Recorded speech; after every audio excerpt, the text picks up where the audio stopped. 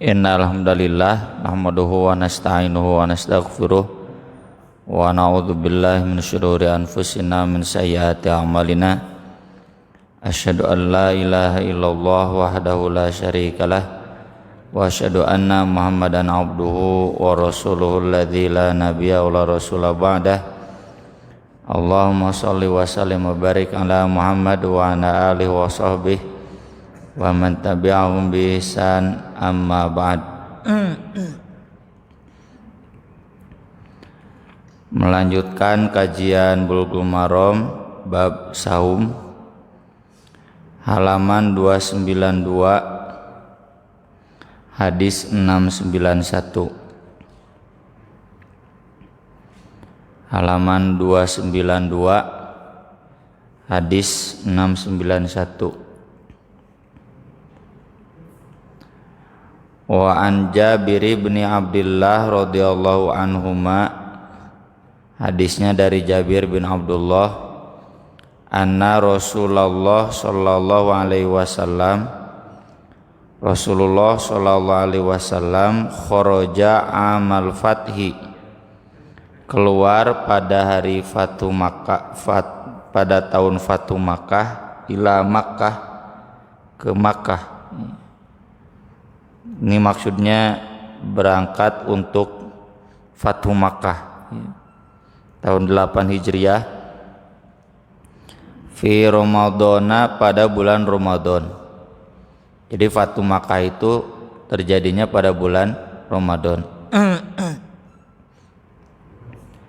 Fasoma, beliau saum, hatta balagho qura al-ghumim, hingga sampai Qura al-Ghumim. Saya cek barusan di Google Map, Qura al-Ghumim itu lebih dekat ke Makkah. Jaraknya ke Madinah 386 km, kurang lebih Bandung Semarang ya. Jarak dari Qura al-Ghumim ke Makkah 90 km. Jadi di dieu ka Sukabumi benernya. Jadi lebih dekat ke Makkah. Artinya yang saya pahami bahwa ini Nabi sudah melakukan perjalanan beberapa hari. Karena kan perjalanan Madinah ke Makkah saat itu sampai 10 atau 12 hari. Kalau lihat rute di Google Map, jalan kaki itu 4 hari ke Qura al-Ghumim itu. Fasoman nas, orang-orang saum. Tsumma da'a biqadahin min ma'in, kemudian Nabi meminta segelas air. Farafa'ahu, lalu Nabi mengangkatnya. Hatta nadharan nasu ilaihi, hingga orang-orang melihat kepada beliau. Tsumma syariba, kemudian Nabi minum. Faqila lahu ba'da dzalik, lalu dilaporkan kepada Nabi sesudah itu, inna ba'dhan nasi qad shoma, sesungguhnya sebagian orang telah saum, tetap saum. Qala, kata Nabi, ulaikal unsoh, mereka itu para pelaku maksiat, mereka itu para pelaku maksiat. Dalam riwayat lain, wa fi lafdhin, faqila lahu, dilaporkan kepada Nabi, innan nasa qad syaqqa alaihimus syiyam, sungguh rombongan sudah merasakan berat saum. Wa innama yantadziruna fima fa'alta, tapi mereka menunggu apa yang akan Anda lakukan. Fada'a biqadahin, lalu Nabi meminta segelas min ma'in, air, ba'dal asri, sesudah asar, lebarnya cek urang mah. Fasyariba, lalu Nabi pun minum ya. Ini sekali lagi menunjukkan bahwa Nabi buka itu bukan di sepanjang perjalanan dari Madinah ke Makkah, bukan. Tapi Nabi buka itu ketika sampai di Qura al-Ghumim.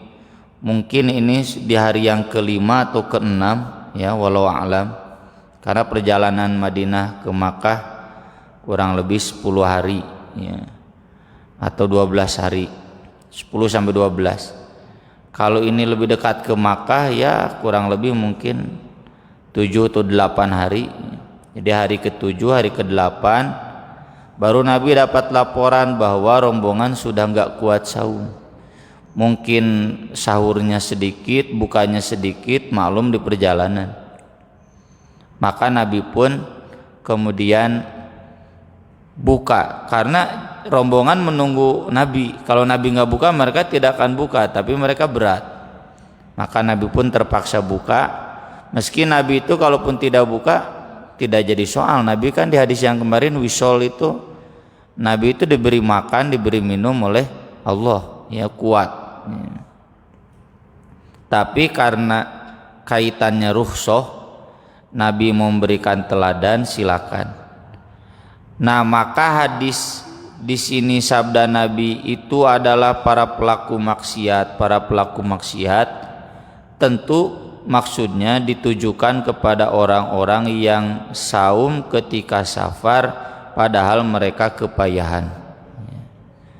Ya, bukan umum berarti yang saum ketika safar maksiat, bukan.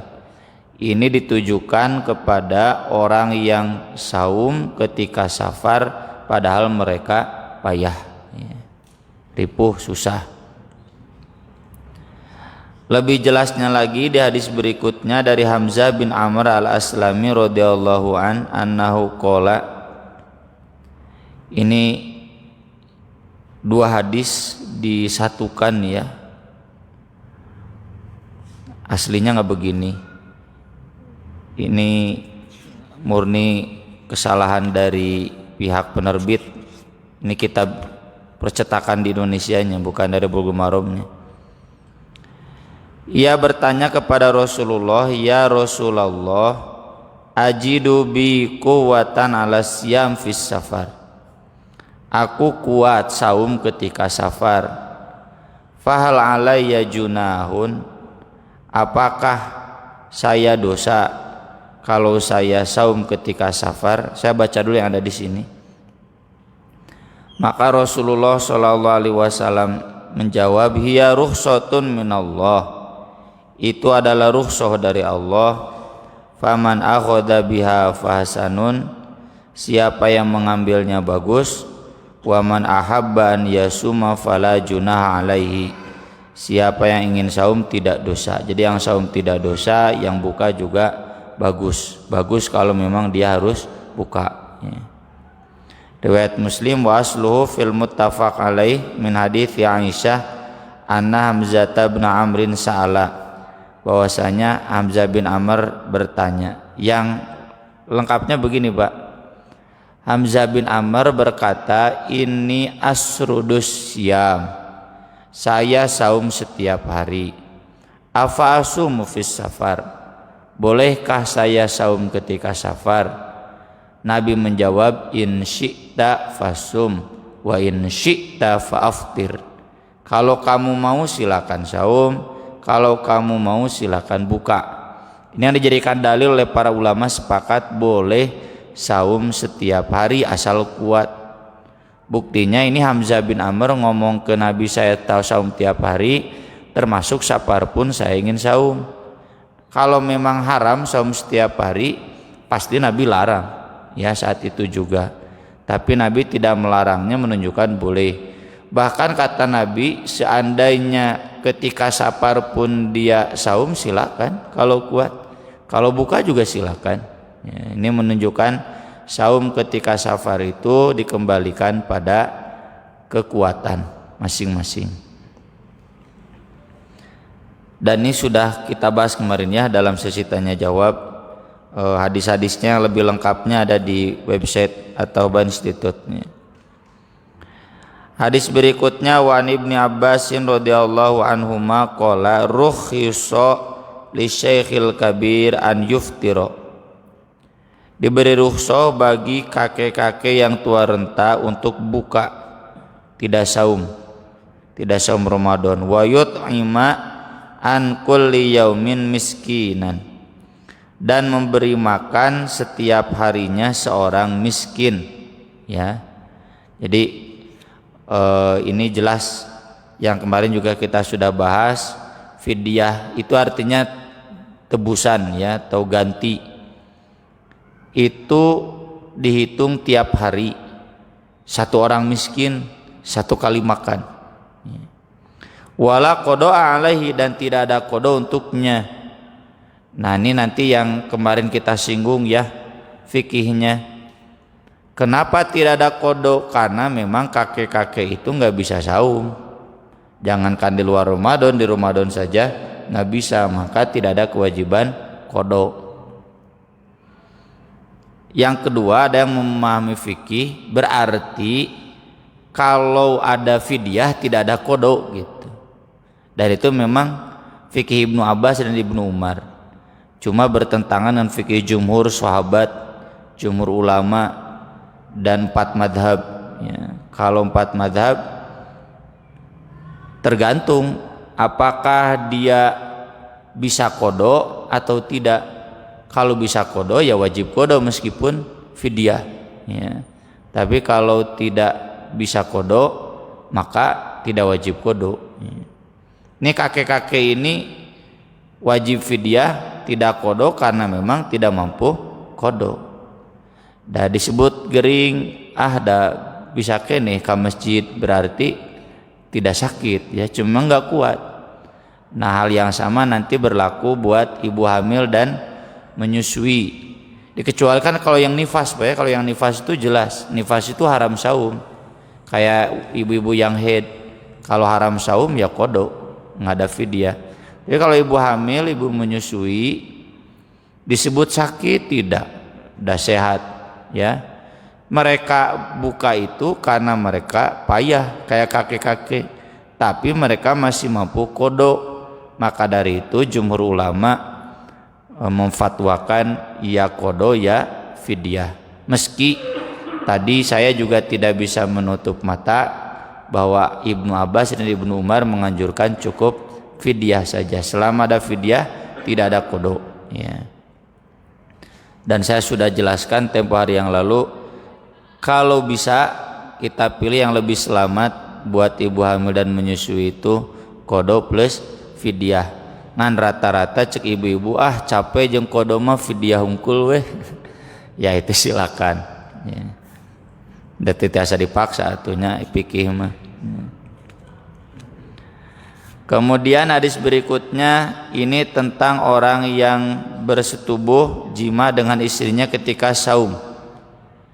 Kalau makan dan minum mungkin tidak disengaja, lupa, dan tidak ada qada, tidak ada kifarat. Tapi kalau jima mah asa anehnya poho, ya. Maka dari itu ada qada dan ada kifarat, ya. Jadi nggak ada istilah udah lupa, hampir aku pemajikanna tingingetan. Da lain sateguk dua teguk atunya jima mah. Hadisnya dari Abu Hurairah radhiyallahu anhu qala jaa rajulun, ada seseorang datang ilan Nabi sallallahu alaihi wasallam, kepada Nabi sallallahu alaihi wasallam, faqala, lalu berkata, halaktu ya Rasulullah, aku binasa wahai Rasulullah. Qala, Rasul bertanya, wa ma ahlakaka, apa yang membuat kamu binasa? Qala waqa'tu 'ala imraati fi Ramadan, aku tidur dengan istriku di bulan Ramadan, tanda kutip tidurnya. Nabi tidak marah, ya, karena ya kasuistik mah ya wae nya orang awam, orang baru-baru kan nih, zaman Nabi kan masih baru bagaimanapun, ya. Orang yang enggak mampu mengendalikan dirinya. Faqala, lalu Nabi bertanya, hal tajidu ma ta'tiqu raqabah, apakah kamu punya harta untuk membebaskan hamba sahaya?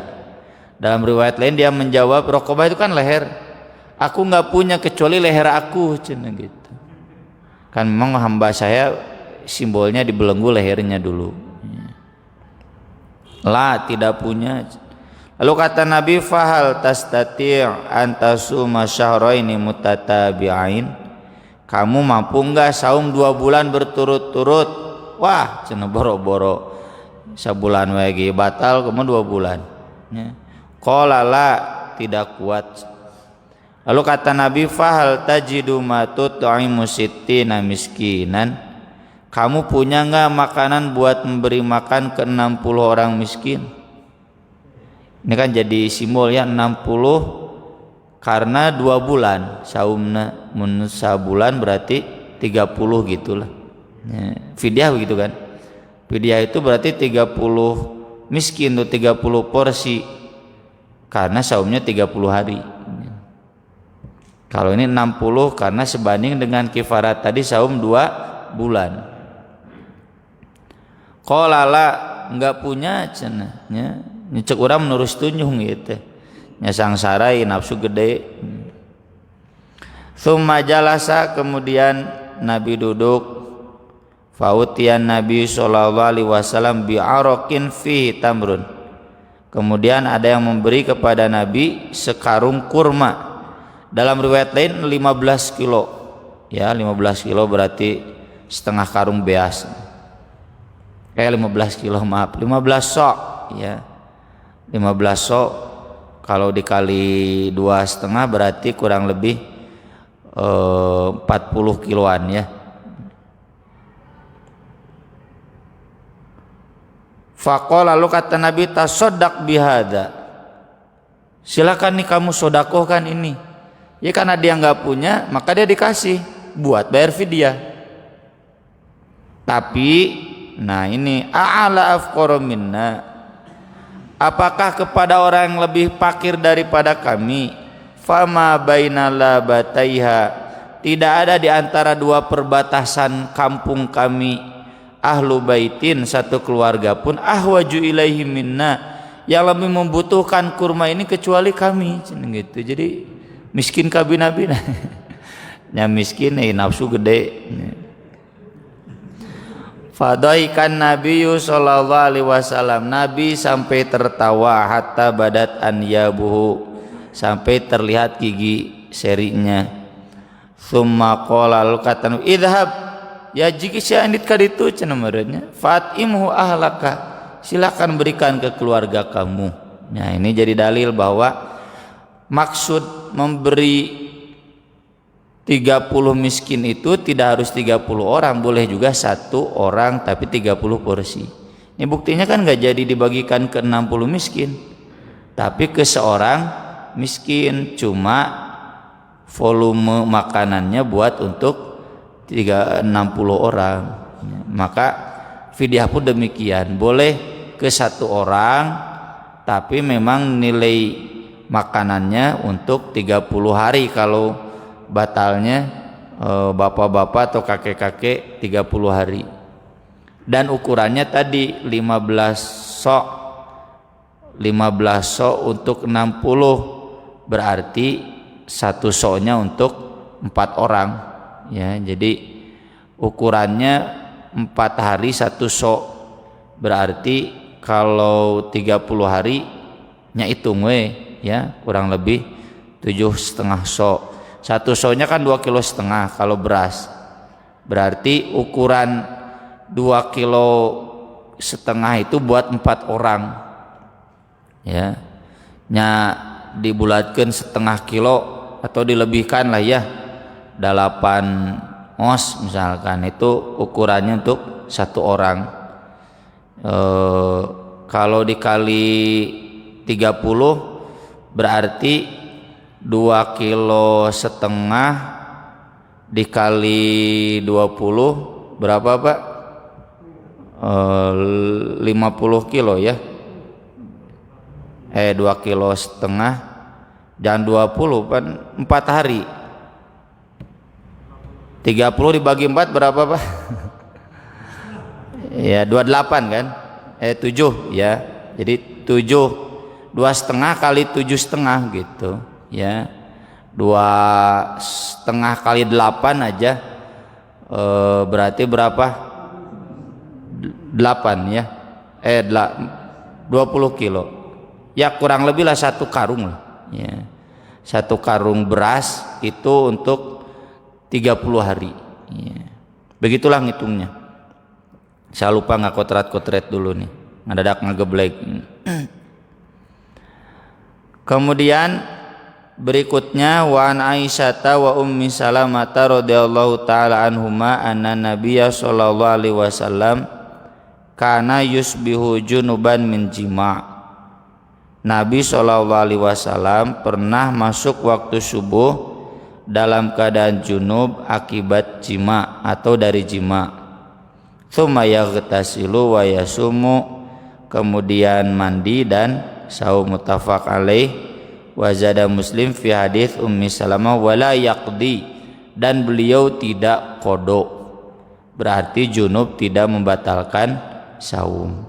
Junub yang tidak membatalkan saum tentu kalau dalam konteks saum mimpi ya, mimpi keluar mani itu tidak membatalkan saum. Tapi kalau jima tadi pan kifarat ya. Kalau jimanya ketika saum atau ibu-ibu yang haid ya jelas harus batal saum, kan haram saum yang haid. Ini yang dimaksud jimanya di waktu malam pas adzan subuh belum sempat mandi. Maka Nabi kemudian mandi dan saum biasa, tidak qada. Artinya junub tidak membatalkan saum. Kemudian hadis berikutnya wa an Aisyah radhiyallahu anha anna Rasulullah sallallahu alaihi wasallam qala man mata wa alaihi siyam shoma anhu waliyuhu. Siapa yang meninggal dan dia masih punya kewajiban saum, maka harus disaumkan oleh walinya. Walinya itu adalah keluarganya. Yang dimaksud walai siam, dia masih punya utang saum, tentu saum yang wajib diamalkan, bukan saum yang belum diamalkan. Contoh, kalau seseorang meninggal tanggal 10 Ramadan, berarti yang wajib saumnya adalah 10 hari ya. Yang tanggal 11 kaditu mah sudah tidak wajib saum ya. 10 Ramadan pun 10 hari itu kalau dia wafatnya siang. Kalau wafatnya malam 10 berarti wajibnya 9 hari ya. Dan hadis ini hadis sahih. Hadis sahih itu artinya betul-betul sabda Nabi. Mungkinkah Nabi bersabda melawan Quran, Pak? Mustahil. Nabi lebih tahu Quran. Masa kita lebih tahu dari Nabi? Oh, ini cenah hadis bertentangan jeung Quran. Mun Nabi jumeneng kene imane nyanyahoanan ka urang. Nabi itu kalau kita ada perasaan melawan Quran, apalagi Nabi ya. Masa kita enggak berani melawan Quran, Nabi berani melawan Quran? Ya, enggak mungkin. Nabi bersabda seperti ini berarti memberikan penjelasan tambahan dari Al-Qur'an. Ini sering dipertentangkan dengan ayat wa alaisa lil insani illa ma sa'a. Tidak ada bagi setiap orang itu pahala kecuali apa yang dia usahakan. Iya, itu ayat betul begitu. Tapi ada pengecualian, yaitu ini hadis ini. Kecuali saum boleh dibadal oleh keluarganya. Yang kedua, haji boleh dibadal oleh keluarganya. Syaratnya saum dibadalkan itu yang wajib saumnya meninggal dunia. Ada ayat keneh mah mana daek saum yang orang ya dibayar ku saya. Nggak bisa ya. Haji juga sama. Haji yang boleh dibadalkan itu di hadisnya satu, dia sudah mampu haji, kendaraan sudah ada, bekal sudah ada, cuma nggak kuat naik kendaraan. Ya, sudah nggak bisa naik pesawat, kumu ayana kudu di PCR dan sebagainya ya. Maka itu kata Nabi ke putrinya, silakan hajikan. Yang kedua, yang memang meninggal dunia sudah ada bekalnya, cuma keburu meninggal dunia. Kalau sekarang udah daftar dan dapat nomor porsi ya, cuma kan antriannya sampai 15 tahun di kota Bandung, keburu meninggal dunia. Nah itu berarti hakikatnya sudah mampu haji, cuma waktunya saja ya yang dia terhalang. Nah, maka dari itu ini hakikatnya sudah mampu haji. Nabi mengatakan hujianha, silakan hajikan ya, untuk ibu kamu, untuk bapak kamu. Jadi bukan bapak hayang haji cenah tapi loba proyek ya HP lah tah saya mayar gitu, bukan begitu badal haji. Tak, kalau yang begitu nggak boleh ya. Yang dibolehkan itu yang sesuai disyariatkan dalam hadis. Dan sebetulnya kalau kita mau buka masih banyak amal-amal yang akan didapatkan pahalanya oleh seseorang padahal dia tidak mengamalkannya. Contoh apa yang terkenal? Bapak-bapak yang anak-anaknya belajar Quran, menghafal Quran. Bukan menghafal saja, belajar Quran. Sapaket Pak, belajar Quran itu pasti ngapalkeun Quran, pasti belajar Quran ya, memahaminya sampai hafal. Nu ngapalkeunna budak bapak, nu menang pahalana bapak. Tapi tentu anak bapak juga dapat. Ya, hadisnya kan terkenal, diistimewakan bak sultan lalu diberi mahkota ya. Hadisnya begitu, dipakaikan baju yang istimewa sampai orang tuanya nanya, kenapa saya begini, perasaan gak punya amal istimewa? Bi akhdi waladikumal Quran, karena anak kamu yang belajar Al-Quran pahalanya nyampe ke bapak. Insyaallah Pak incu oge sama ya, asal ke bapak didorong ya. Dan tentu tidak sempit yang belajar Quran itu ustadz, bukan. Teknokrat juga bisa ya, birokrat juga bisa belajar Quran. Anak bapak yang saintis, yang ahli di sains, ahli di ilmu-ilmu sosial kan bisa belajar Quran. Nah, selama mereka belajar Quran, menghafal Quran, itu pahalanya sampai ke bapak. Termasuk yang kata Nabi, orang yang meninggal dunia terputus amalnya kecuali dari 3. Di antaranya kan ada anak soleh yang mendoakannya. Teh sanu ngadoana. Anak soleh, doa bapak bukan? Bukan, tapi nyampe nggak ke orang tuanya? Nyampe. Nah itu jadi kata Syekh Al-Basam, banyak sebetulnya hadis-hadis yang mengecualikan bahwa ada amal, pahala amal yang akan kita dapatkan meski amalnya bukan amal kita ya. Bahkan termasuk sebaliknya, siksa. Seperti dalam hadis, mayit akan disiksa akibat tangisan keluarganya. Tangisannya itu tangisan yang histeris, bukan tangisan tetesan air mata sedih, bukan. Tangisan yang histeris yang bahkan sampai ditradisikan. Yang saya lihat itu ketika pemimpin Korea Utara mati, pontu di perempuan-perempuan khusus seksi menangis ya. Nah yang begitu-begitu, atau sudah jadi tradisi di keluarga kalau anak perempuannya tidak menangis berarti teu kakolot gitu. Jadi ya kapaksa careurik gitu. Nah, yang begitu kata Nabi siksanya sampai ke orang tuanya. Padahal nu ceurikna anakna. Ya. Dan kata Imam Bukhari, kenapa? Karena dia tidak mengajarkan keluarganya. Kalau dia sudah mengajarkan, mewanti-wanti, bapak-bapak dari sekarang semua wanti-wanti, awas nanti kalau saya meninggal jangan ada yang menangis. Kalau ada yang menangis saya nggak tanggung jawab ya. Maka itu aman. Tapi kalau tidak pernah ada pengajaran begitu sampai kemudian semuanya histeris ya, nah itu mayit akan ikut disiksa. Dan itu hadisnya sahih ya, tidak perlu dipertentangkan dengan ayat-ayat Quran yang mengatakan masing-masing orang akan mendapatkan pahala dari apa yang dia amalkan. Iya, itu begitu, dikecualikan badal haji, badal saum. Meski para ulama jumhur sepakat bahwa badal saum ini bukan satu-satunya cara, boleh juga fidyah. Dasar dalilnya apa? Wa 'alal ladzina yutiqunahu fidyatun ta'amu miskin. Bagi orang-orang yang tidak kuat saum, kayak tadi kakek-kakek, kuat saum tidak Pak? Tidak kan? Fidyah kan? Fidyah. Sama ini yang meninggal juga hakikatnya nggak kuat saum ya. Yang tidak kuat saum hidup saja boleh fidyah, apalagi yang tidak kuat saum karena sakit parah lalu meninggal dunia, jadi boleh fidyah. Untuk menghindari ikhtilaf, saya sering jawab ya udah fidyah saja, karena di beberapa asatidah khususnya di Bandung ada yang mengatakan badal saum nggak ada hadisnya sahih, silakan diamalkan. Kalau tidak kuat ya silakan dengan fidyah pun itu sudah cukup ya.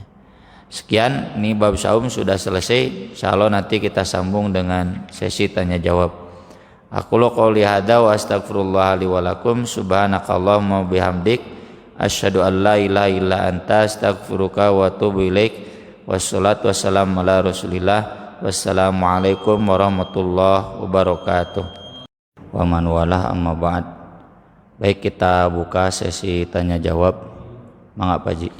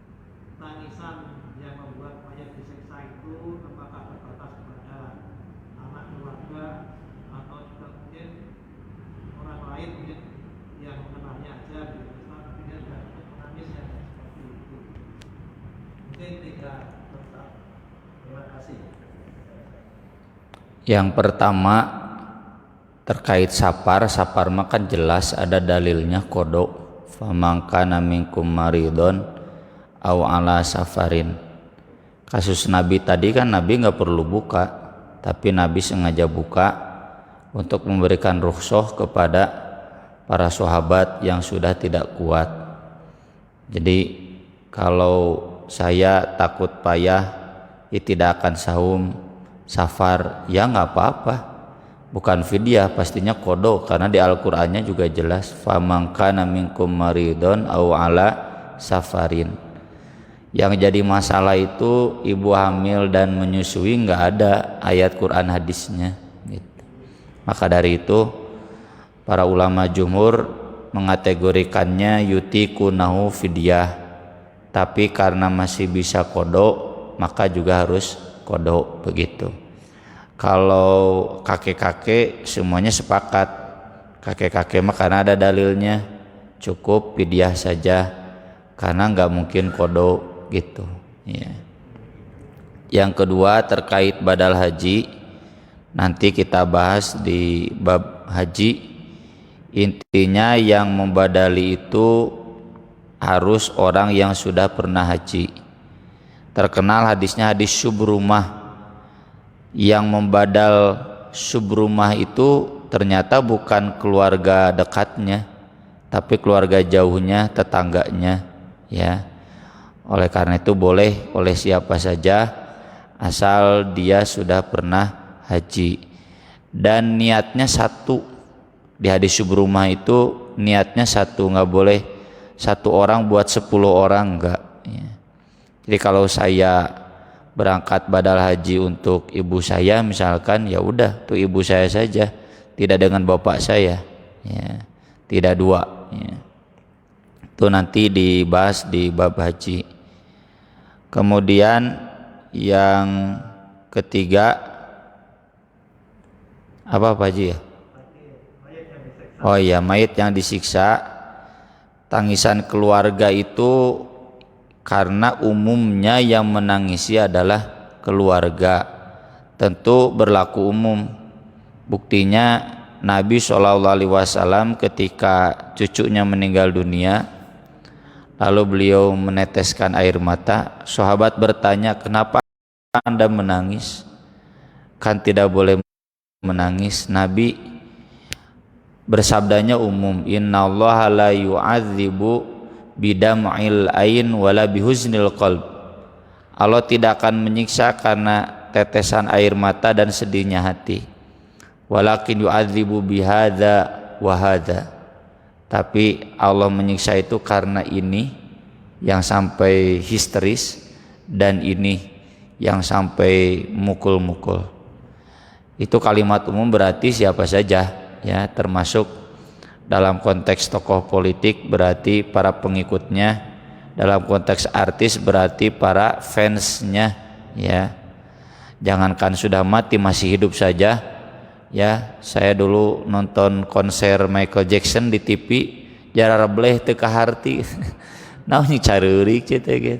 Padahal Michael Jacksonnya ada gitu, sedang tampil, apalagi ketika meninggal dunianya sampai jadi hot issue, ya, di masjid. Ustadz cenah atau ngalayat saha Michael Jackson sampai jadi heureuy gitu, ya. Dan kita tahu bagaimana itu prosesi pemakamannya, ya. Wah, pokoknya mah betul-betul tuh masuk kategori yu'adzabu itu. Karena orang kafir deh.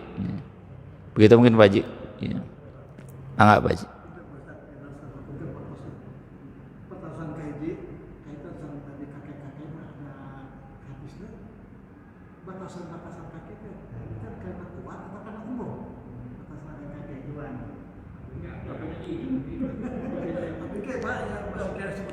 Iya. Tentu batasannya bukan karena umur, tapi karena kuat. Bahkan orang yang masih muda pun kalau sudah tidak kuat saum, ya, kayak punten yang sudah cuci darahnya parah, padahal usianya baru kepala 4, kepala 3, itu boleh tidak saum dan fidyah. Kenapa? Karena tidak mungkin qada. Jadi dengan keterangan tadi fidyah karena tidak mungkin qada-nya, berarti Pak Haji ukurannya kekuatan.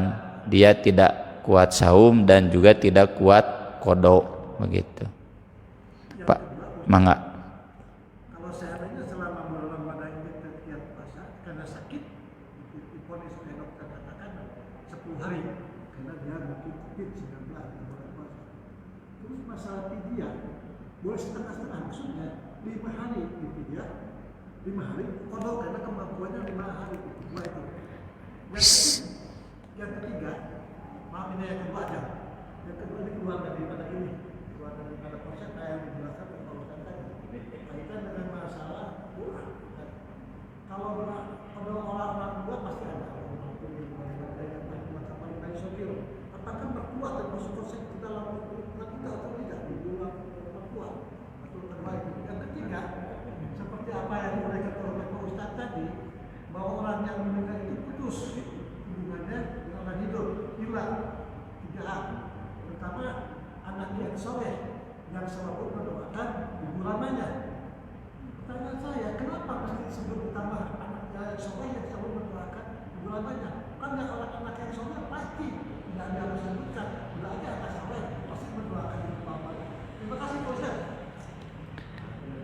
Yang kedua, boleh tidak setengah fidyah setengah qada? Ya tidak boleh. Kalau masih mampu qada tidak ada fidyah, ya. Jadi kalau fidyah itu kalau nggak bisa qada, ya. Yang ketiga, yang saya ingat aja dulu, ya, anak soleh yang mendoakan kan di hadisnya ilaihi di Al-Qur'annya surat Fatir ilaihi yas'adul kalimut thayyib wal amalus sholih yarfa'u. Kepada Allah naik doa-doa yang terbaik tapi harus diangkat oleh amal sholih. Jadi kalau anak yang tidak sholih, kalau boleh saya contohkan misalnya Freddy Budiman sok ngadoakeun tara ka orang tuana. Oh sok. Tapi kalau amalnya tidak kuat untuk mengangkat doanya nggak bisa. Ya, maka dari itu pas disebut doa anak yang soleh yang mendoakannya. Dan soleh pasti ngadoakeun mun eta nu dimaksud teh. Jadi kalau anak yang tidak soleh mendoakan itu tidak akan sampai karena amal solihnya kurang kuat. Satu lagi Pak Ji tadi. Oh mertua. Mertua itu masuk kategori yang tadi saya baca surat Ibrahim lembar terakhir. Rabbana gfirli wali walidayya walil mu'minin yauma yakumul hisab. Jadi masuk kategori walil mu'minin yauma yakumul hisab. Dan doa untuk orang tua itu kan bukan berarti terbatas orang tua saja, nggak boleh mendoakan yang lain. Nabi Nuh juga diajarkan Rabbighfirli wali walidayya walimang dakhala baitiya mu'mina walil mu'minin wal mu'minat. Ya. Jadi doa untuk kita orang tua satu paket. Siapapun yang masuk ke rumahku dalam keadaan iman, tamu-tamu, kaum mukminin, kaum mukminat semuanya mohon diampuni. Nabi sendiri disuruh oleh Allah wastaghfir lidzambika walil mu'minin wal mu'minat wallahu ya'lam mutaqallabakum wa mathwaakum. Mohonkanlah ampunan untuk kamu, untuk kaum mukminin, kaum mukminat. Jadi semuanya itu mertua, menantu, Pak Haji semuanya ya terdoakan ya. Karena wali-walidayah itu secara bahasa meski bagaimanapun orang tua yang melahirkan. Ya, ayo cenah orang tua kukut, orang tua tiri gimana? Ya itu kan doa yang tadi walil mu'minin yauma yakumul hisab. Mangga.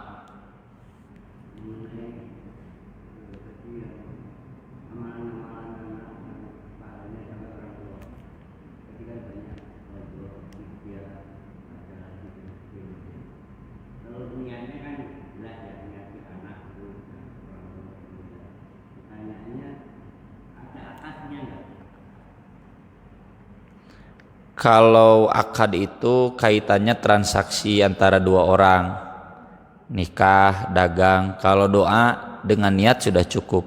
Ya, jadi ketika dia berdoa kan jelas niatnya kemana, itu sudah cukup. Termasuk yang tadi badal haji, badal saum, kan Bapak ketika mengamalkannya jelas untuk siapa, gitu. Mangga Pak Ji.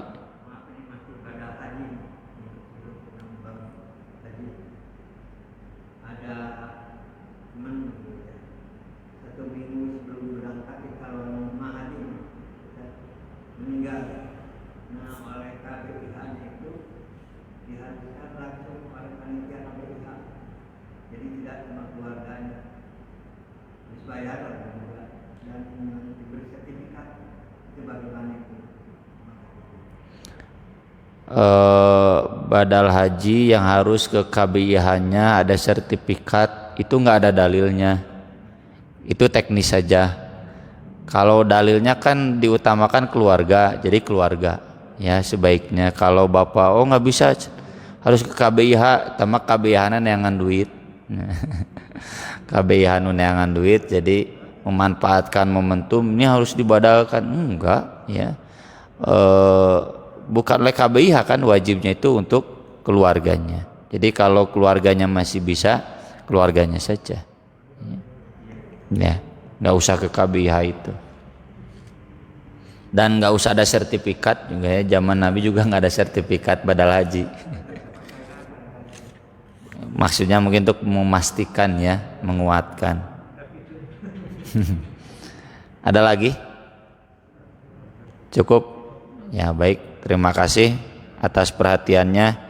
Semoga bermanfaat. Aqulu qouli hadza wa astaghfirullah li wa lakum.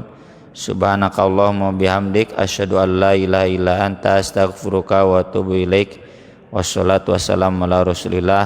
Wassalamualaikum warahmatullahi wabarakatuh.